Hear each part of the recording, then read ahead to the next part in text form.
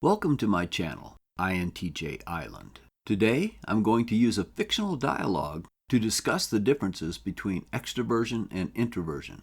Recently, I had an email discussion with a viewer, and this topic came up, and I realized I had not created a video that covered this topic directly. This story contains a three-person dialogue. Mrs. Staci Curtson, now in her 30s, was born Staci Colt, and is known to her philosophy class simply as Professor Curtson, even by her own son during class time. If you have watched my other videos, you have encountered her before. Staci has just finished a lecture at the Amber Institute of Education on the planet of Addis, and two of her students have hung back after the class to talk about some questions they had about the material in the lecture. Paul is Staci's oldest son, and like his mother, he is an introvert. David is an extrovert and Paul's best friend. "Professor," David said, "might we have a word with you?" The tall, dark-haired young man of 16 was walking towards Staci. Staci smiled as she looked up. "Of course, I'm free for the next period." "Aren't the terms extrovert and introvert simply another way of saying someone's social skills are either good or bad?" asked David. "Paul," Staci said as she turned to look at her son, "do you think that is true?" The room was heavy with an aura of academia, with dark wood intricately carved, forming the desks, the podium, the beams supporting the paneled roof, and the large shelves laden with books that lined the walls. As if in irony, the cleverly designed lighting gave the illusion of spring being in the air with filtered illumination, as if they were outside, positioned under a shade tree on a sunny day. The air was fresh, and the students seldom fell asleep in this room. It felt too alive for that. Paul stood 4 inches shorter than David, and the color of his short hair matched that of his mother's long sandy blonde strands. But even at 5'8", he towered over his mother, who never quite reached 5 feet in height. "I don't know," Paul replied. "It kind of feels like that sometimes. I don't long for parties or being around a lot of people. But other times, I have a really good time when people are laughing and doing fun things." Staci said, "It sounds as though you think you are an introvert. Is that correct?"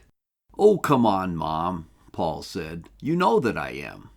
"And you, David?" Staci said. "I think I'm an extrovert," he replied. "I love being around groups of people and interacting with them." "Is that the definition of being an extrovert?" Staci asked. "I think so," David said. "So, if Paul likes groups sometimes, but doesn't like them other times, is he changing who he is when this happens?" Staci looked at Dave intently. "He must be," David said. "Paul, do you think you change who you are, depending upon your setting?" Staci asked. "Well," Paul said slowly, "I feel differently at different times, but I am still me." "David, you are studying chemistry," Staci said. It was a statement, not a question. "Yes, I am," David said. He smiled. "It's a fascinating subject." "What happens if you toss a bit of potassium into a dish of cold water?" asked Staci. David laughed. "It reacts very violently. Boom." "And what happens if you toss that same bit of potassium into a dish of mineral oil?" Staci's right eyebrow raised a bit as she looked David in the eye. "Why, nothing," David said. "It won't react with that solution." "Paul," Staci said, "do you think the potassium changes what it is, its basic nature, when it is tossed into water, from what it is when it is tossed into mineral oil?" "Of course not," Paul said. He shook his head and smiled. "So, how do you account for the different reactions?" Staci said as she turned to David. "The reason that potassium produces a strong reaction with water is because it combines with the oxygen and the hydrogen in the water to form a potassium hydroxide solution. This process releases a lot of heat, and it also produces hydrogen gas, and that gas ignites from the heat in the presence of oxygen in the atmosphere. It puts on quite an explosive display," David said enthusiastically. "But does potassium change what it basically is when it is tossed into mineral oil?" Staci asked. "That is silly," David said. "Exactly," Staci said. "What?" David said. "I get it," Paul blurted out. "You are saying that it isn't the person who is changing when he reacts differently to social situations. It is the situations that change." Staci smiled. Potassium reacts differently to different solutions, not because potassium is changing, but because the solutions are changing. It is the same with social interactions and people. So, you are saying that I am always an introvert? Paul asked. He wrinkled his brow. But why do I feel differently? What happens in the evening when you get back to your room after you've been to a party? Staci asked. I feel safe and relaxed, Paul said. Is that true after either type of group gathering? Staci asked. Do you feel safe and relaxed even after you've had a good time? Oh, Paul said hesitantly. Yes, I do. Even after a fun time, I am glad to get a quiet space where I can be myself. David, Staci said, how about you? How do you feel when you get back to your room after a busy night of socializing? I feel excitement bubbling around inside of me, David said. I think about the fun things I did and the people I met. I go over the events in my head, reliving the fun. Does it feel like you wish you were back at the party still? Staci asked. Yes, David said eagerly. I may be tired, and I know I need to relax and get some rest, but I would love for the party to go on forever.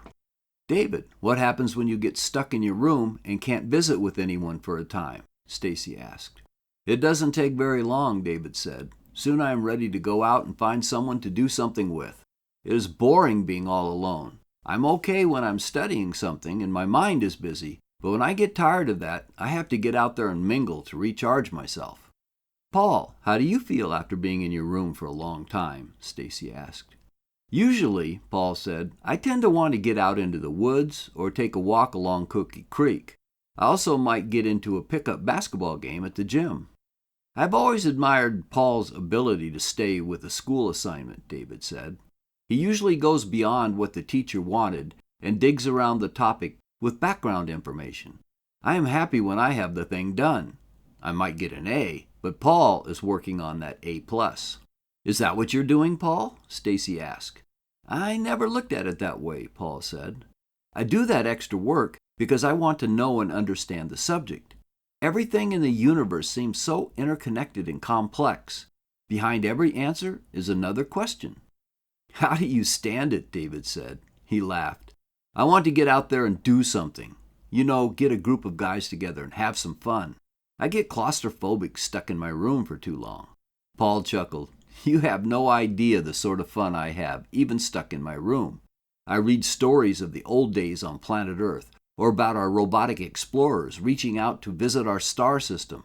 Did you know they found a stream of liquid oxygen running inside a cave on Hell? That planet, said David, is well named. The goddess Hel was ruler over the land of the dead, and you would have to be dead to be happy on that frozen speck. I always found that it was interesting, Staci said, that our most distant planet is named for the daughter of the god Loki, for whom our innermost planet is named. However, I think we are wandering as far away from the point of your original question as those two planets are from each other. Sorry, Paul said. This is what happens in my room as well. I can be moving in one direction and suddenly I am off after a new idea. Staci smiled at her son. Do you see the difference between an extrovert and introvert now? I think the potassium analogy makes it far clearer to me, David said. We are always the person we are, but the person we are can react differently based upon our current situation. Excellent, Staci said. So, being either introverted or extroverted doesn't say anything about your ability to socialize? Paul asked. You might tend to socialize less, Paul, being an introvert, Staci said. But when you do socialize, your social skills will determine how smoothly it goes, not your personality. When you are with close friends like David, Staci nodded in the taller boy's direction, you will have no trouble at all striking up conversations or sharing experiences and discussing the things you like or dislike. Even groups of people you enjoy being with pose no problem for you. Well, that's true, Paul said thoughtfully. Well, thanks, Professor, David said. I think you answered my question. You're welcome, Staci said. And I expect to see you this evening for the game. Well, you better, David laughed. Paul and I are both playing tonight. The boys waved their goodbyes as Staci pulled her teaching materials together and moved towards the door, heading for her office. The lights switched off automatically and the room was left in darkness. Are you an introvert or an extrovert? I hope this video will help you see the difference a little more clearly. If you enjoyed the video, please click like, and if you haven't subscribed yet, please do. If you click on the bell, you will also receive notifications when I put up a new video. Thank you for watching, and I'll see you next time.